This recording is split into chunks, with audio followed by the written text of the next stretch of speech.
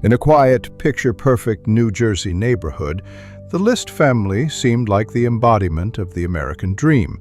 A grand mansion, a successful father, 3 bright children, and a life framed by Sunday church services. But on one November day in 1971, that dream turned to horror. By the time police entered the house, an eerie organ hymn was playing on repeat, and every single member of the family lay dead. The killer, the man who was supposed to protect them, and he would vanish for nearly 2 decades before anyone found him. John List, devout Lutheran, strict father, accountant, World War II and Korea veteran. His wife Helen, once vibrant, now battling alcoholism and health problems after contracting syphilis from her first husband. 3 children, Patricia, John Jr., and Frederick. Grandmother Alma, living in the attic suite. The mansion, Breeze Knoll, a 19-room Victorian estate in Westfield. To neighbors, the Lists were respectable, if a little reserved. But inside the mansion, cracks were forming. John was a cold man, unable to connect emotionally, obsessed with control, and under enormous financial strain. John loses his job at a bank, too proud to accept lower-paying work or welfare, secretly draining his mother's savings to keep up appearances. Helen becomes more erratic. Patricia confides in friends she thinks her father might kill them. Religious obsession. John believes his family is straying from God. Financial collapse imminent. Foreclosure looms. In John's mind, he faced 2 choices: let his family descend into poverty and shame, or take what he believed was a more merciful path. He convinced himself that killing them would send them to heaven before they could sin further. It was a twisted act of control disguised as salvation.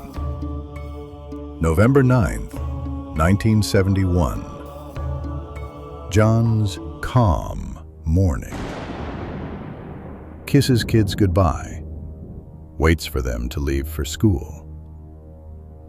Shoots Helen in the kitchen with a 9mm.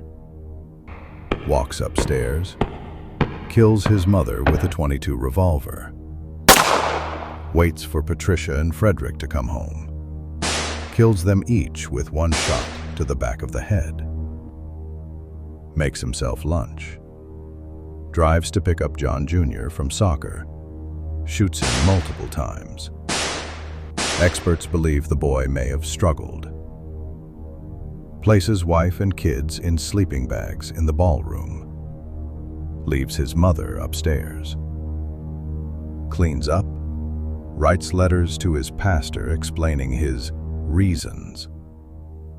Turns down the heat. Plays organ music on loop. Turns off lights. When John locked the front door behind him that evening, he believed he had done the right thing. In reality, he had committed one of the most cold-blooded family annihilations in American history. Days pass without suspicion.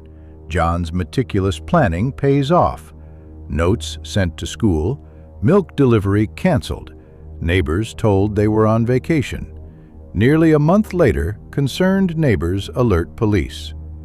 Discovery on December 7, 1971. Officers find bodies, music still playing, house cold. John disappears, new identity as Robert Clark, remarries, lives in Colorado and later Virginia. For 18 years, John List lived quietly, attending church, paying taxes, even joining community groups. To those who knew Bob Clark, he was a mild-mannered accountant. No one suspected he had a secret, or 5 graves, behind him. The escape and new life. After committing the murders in 1971, List meticulously covered his tracks, vanished, and assumed the alias Robert P. Clark. He relocated to the South, initially settled in Denver, Colorado, where he worked as an accountant, and later moved to Midlothian, Virginia, for another accounting job and remarried. In May 1989, America's Most Wanted aired a segment about the List murders, which included an age progression bust showing what List might look like nearly 2 decades later. Tip from a former neighbor. A former neighbor from Denver recognized the bust and contacted the authorities, providing crucial information about List's new identity and whereabouts. Arrest. Based on the tip, authorities tracked List to his accounting job in Richmond, Virginia, where he was arrested on June 1, 1989. Fingerprints confirmed his identity, despite his denials. Denying his identity, fingerprints confirmed he was indeed John List.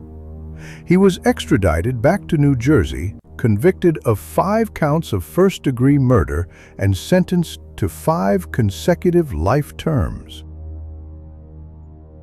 Please subscribe, like, or comment if you like the video.